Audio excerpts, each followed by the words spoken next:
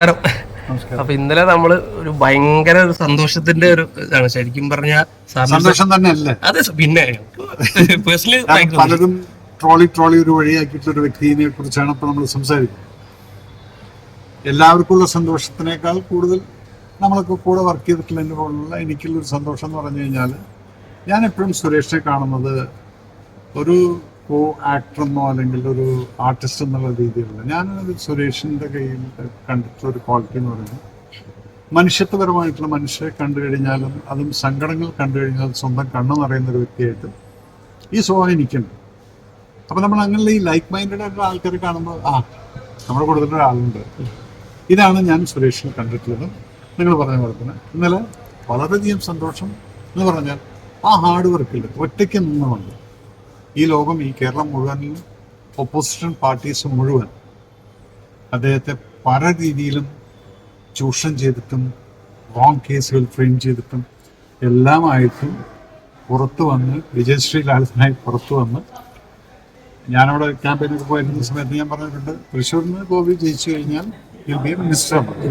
അപ്പം അത് നമുക്ക് കിട്ടിയിട്ടുള്ളത് വളരെയധികം സന്തോഷിക്കാവുന്ന ഒരു സംഭവമാണ്. ഇന്ന് കാലത്ത് ഞാൻ വിളിച്ചിട്ട് ഞാൻ ഒറ്റ കാര്യം പറഞ്ഞു. ഞാൻ പറഞ്ഞു, ഇനി സാർ എന്ന് തന്നെയാണ്, കാരണം മന്ത്രിയാണ്. ഇനി സാർ ഞാൻ ഇടയ്ക്കിടയ്ക്ക് വിളിക്കുന്നു. എന്തെങ്കിലും അത്യാവശ്യ കാര്യം ആർക്കെങ്കിലും വേണ്ടി ഒരു ഹെൽപ്പിന് വേണമെങ്കിൽ ഞാൻ വിളിക്കും, അല്ലെങ്കിൽ എന്തെങ്കിലും ആവശ്യമുണ്ടെങ്കിൽ എന്നെ വിളിക്കും. അല്ല, കാരണം ഒരാള് ഇതുപോലൊരു പൊസിഷനിൽ വരുന്ന സമയത്ത് നമ്മൾ കണ്ടിട്ടുണ്ട് കുറേ ആൾക്കാർ വിളി തുടങ്ങും.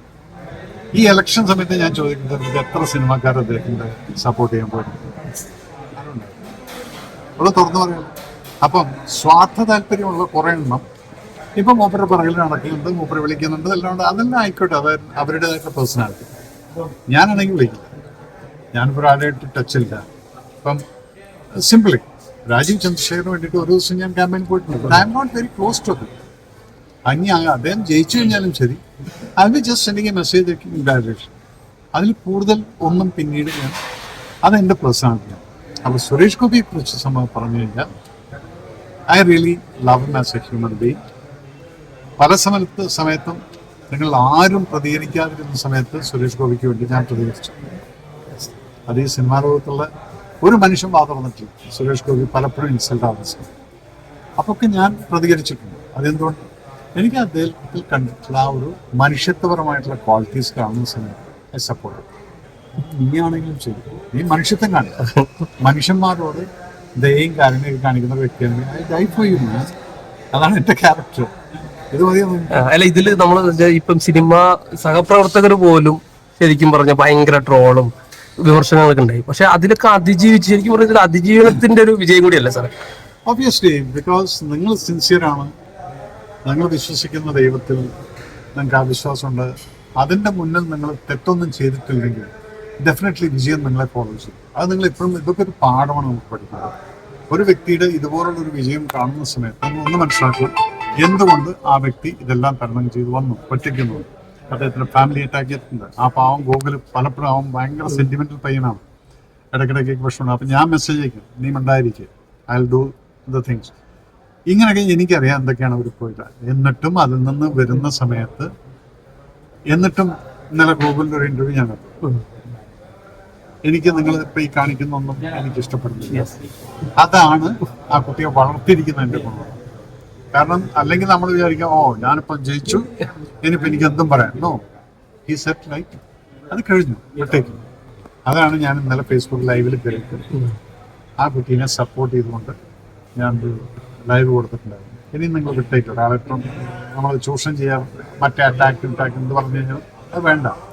അപ്പം സുരേഷിനെ സംബന്ധിച്ചിടത്തോളം ആരും കൂടെ ഇല്ലായിരുന്നെങ്കിലും ഫൈറ്റ് ചെയ്ത് വിളിയൊന്നല്ല.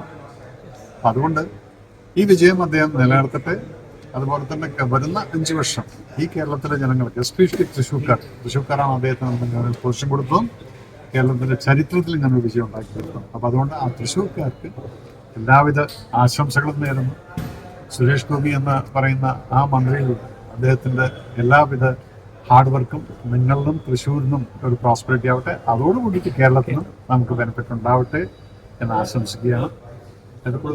അല്ല ഇതിനകത്ത് ഗോകുൽ പറഞ്ഞ സാർ കേട്ടിട്ടുണ്ടെന്ന് പറഞ്ഞു. അപ്പൊ ഇതിനകത്ത് ഒരു പ്രമുഖ നടി ട്രോളി ഇപ്പൊ ആ നടിക്ക് ഭയങ്കരമായിട്ട് സൈബർ ബുള്ളിങ് ഒക്കെ വരുന്നുണ്ട്, ഒക്കെ ശരി. അപ്പൊ ഗോകുൽ പറഞ്ഞൊരു കാരണം ഇതുണ്ട്, ആ നടി അതിനെപ്പറ്റി പറയുമ്പോഴോ ട്രോൾ ചെയ്യുമ്പോഴോ സഹപ്രവർത്തകനെന്നോ അല്ലെങ്കിൽ അവിടെ സിനിമാ മേഖലയിൽ ഒരു സീനിയർ ആക്ടർ എന്നോ നിലയിൽ ഒരു ചിന്ത പോലും വന്നില്ല. അതുകൊണ്ടാണ് ഞാൻ ഇന്നലെ ഫേസ്ബുക്ക് ലൈവിൽ കഴിഞ്ഞ് ഞാൻ പറയുന്നത്, ആ കുട്ടി ഒരു രാഷ്ട്രീയക്കാരിയാണ്.